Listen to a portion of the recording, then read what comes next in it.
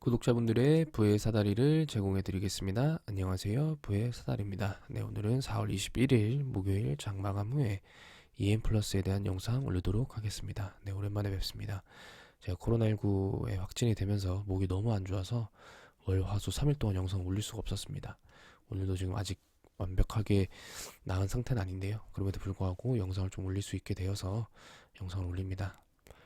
네, 제가 없는 동안 뭐 여러 가지 내용들이 나왔더라고요.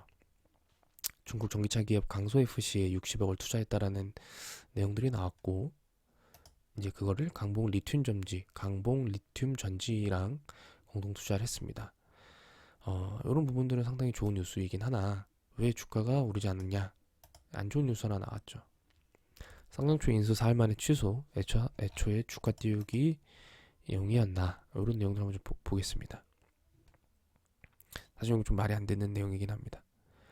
자, 인더뉴스 양기남 기자라는 분이 작성을 했죠. EM 플러스가 쌍용차 인수 의지를 밝힌 지 4일 만에 돌연 철회하고 이 과정에서 주가 급등 변동성 보이자 논란을 일고 있다.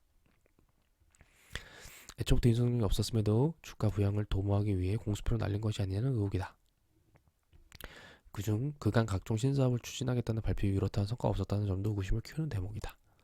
그래서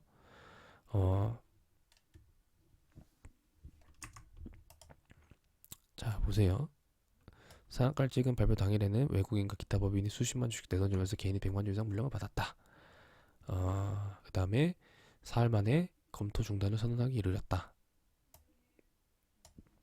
이 기간 동안 회사는 각종 신사업 추진을 도구 삼아 유상증자 시비 발행 등으로 약 1,500원 가까이 되는 자금 시장에 조달해왔다. 이렇다 보니 지난해 말 기준 누적 결손금은 890원에 달한다. 외부 감사인은 이런 상황에 대해 회사의 계속 기업으로서의 존속 능력에 유의적 의문을 제기할 만한 중요한 불확실성이 존재한다고 지적했다. 코스닥 상장사였다면 관리 종목 지정을 넘어 상장 폐지 이룰 수 있을 정도로 오랜 기간 적자가 지속되고 있다. 자,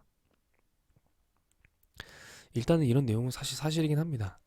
그러니까 제가 항상 말씀드렸죠. 신사업 추진하고 주가 들썩한 다음에 이 패턴이 반복되는 부분. 네, 그래서 제가 말씀드렸잖아요. EM 플러스는 템버거 10배 먹을 종목 아니면 그냥 쉽지 않습니다. 왜냐면은 이 회사는 소방차 회사예요. 특장차 회사입니다. 맨날 공시 나오는 거 필리핀에 소방차 뭐 공급했다. 이런 내용들 많이 나옵니다. 과거 EM 플러스가 제가 알기로 이제 그때 암사멸 이거 나오죠. 당시 나노메딕스는 암치료 기술 연구를 위해 임상을 2019년 중 시작해서 했지만 2020년 EM 플러스로 변경한 이후 바이오 신사업에 대한 진전 내용 찾기 어려운 상태다. 이게 암사멸입니다. 암사멸로 급등했고요. 그 다음에 스탠다드 그래핀에 150억을 투자했고 꿀의 신소재라는 타이틀을 바탕으로 주식시장에 높은 관심을 끌었다. 투자의 기재를 유명한 짐 로저스 사내 이사로 선임하면서 시장에 주목을 받았다. 네, 그래핀으로 한번 했고요. 그리고 지금 2차 전지로 한번 했고 쌍용차로 한번 했고요. 네, 지금 어쨌든 결국에는 여기 나오네요. EM 플러스 여전히 대부분의 매출을 본업의 소방 펌프차 공급에 의존하고 있다. 회사 측의 호언과 달리 신사업의 성과는 나타나지 않고 이 과정에서 주가가 들썩이는 현상만 반복되고 있는 셈이다. 최근에는 경영 컨설팅 업체 디지털 킹덤 홈릴스의 지분 99%를 80억 원에 매수하며 수익 다각화를 노린다고 발표했다.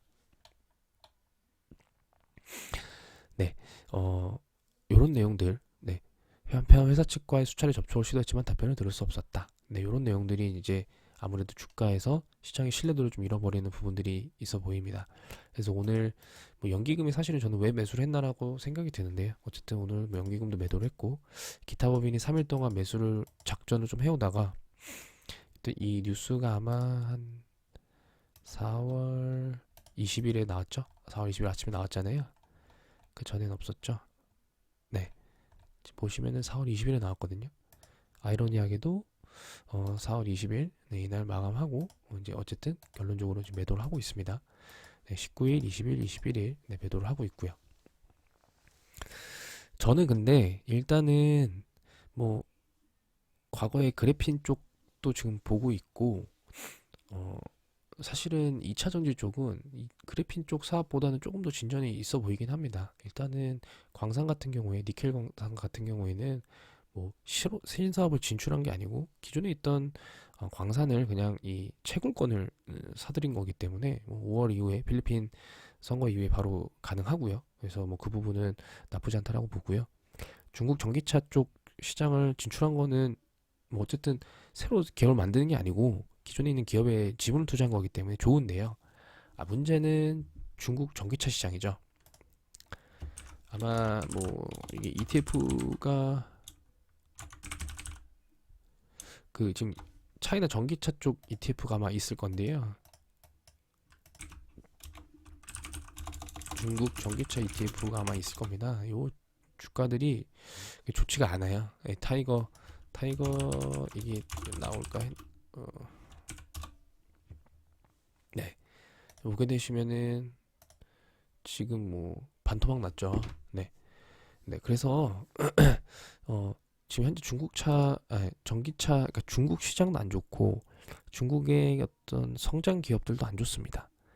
근데 거기 좀 투자를 했잖아요. 그러니까 시장에서는 물론 EM 플러스가 전기차 시장에 진출하는 거는 아주 주가를 급등할 만한 재료지만 전기차 시장 자체가 안 좋고 중국 시장도 좋지 않으니 사실은 당장의 어떤 그런 이 펌핑을 하기에는 좀 부족할 수 있는 부분들이 있습니다. 거기다가 어쨌든 결국에 이 언론의 이런 내용들도 상당히 좀 우려되죠. 왜냐면은 지금 보시면은 뭐 여러 가지 내용들도 있지만 과거에 마지막에 가장 나왔던 부분 회사가 답변을 안 한다. 사실 이런 부분들도 이제 조금 쉽지는 않죠. 예. 작업을 하기에도 아무래도 조금 이 시황이 좋지 않으니까 잠깐 접자라고 할 수도 있습니다. 그래서 제가 볼 때는 저는 이제 꾸준히 말씀드립니다. EM 플러스 같은 경우에는 내가 모든 투자금을 어, 잃을 수 있어도 된다라는 그런 마음가짐으로 좀 투자를 하셔야 됩니다.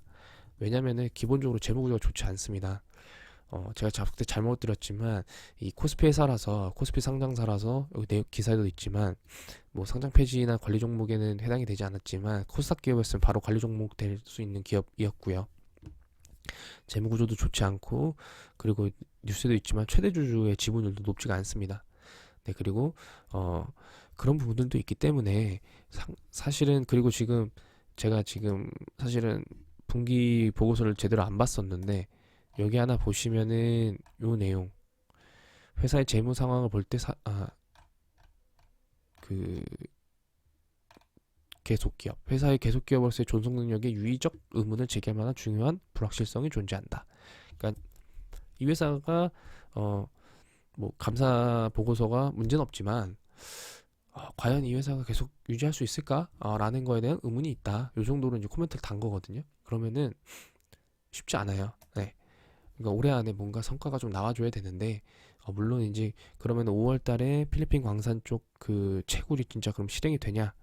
일단 그 부분이 먼저 가장 중요하다고 보고요. 두 번째는 이 중국 쪽 그 강소 쪽 강봉 리튬전지나 강소 FC 이쪽 투자 부분이 추가적으로 아니면 이쪽 뉴스에 대한 내용들이 나오느냐 이 두 가지만 봐야 되고요. 그리고 세 번째로는 기존에 하고 있던 그 2차전지 축전지 개발하는 거 그 내용도 지금 계속 나와야 됩니다. 벌써 한 두 달이 지났죠. 1월 초에 나왔으니까 거의 3개월 됐습니다.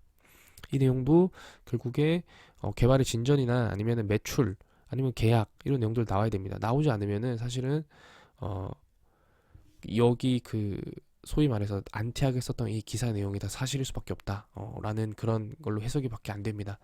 일단은 EM 플러스는 뭐 이평선 이런 부분들 전혀 고려할 수 없고요.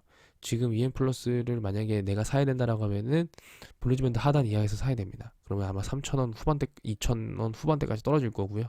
지금 상황은 사기도 뭐하고 팔기도 뭐한 가격대입니다.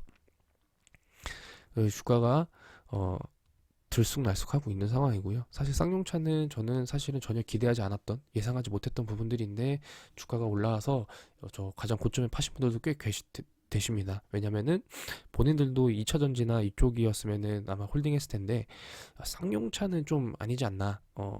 그리고 심지어 광림 쪽에 붙은 게 아니고 제3자 컨소시엄을 하겠다 이런 부분들도 사실은 조금 의문이었고요. 그래서 제가 볼 때는 뭐 쌍용차는 사실은 뭐 기업 자체가 자발적으로 이렇게 주가를 띄우기로 했다라기보다 어떤 그런 단타 세력들이 조금 포커스 맞춘 것 같고요. 지금 상황에서는 중국의 시황이 좋아져야 되고, 두 번째로는 필리핀 광산, 니켈 광산 이쪽 부분들도 실제로 채굴이 되는지 한번 좀 지켜보시면서 주가를 좀 보시는 게 어떨까라는 생각이 듭니다. 네, 오늘 영상은 여기서 마치도록 하겠습니다. 시청해주셔서 감사합니다.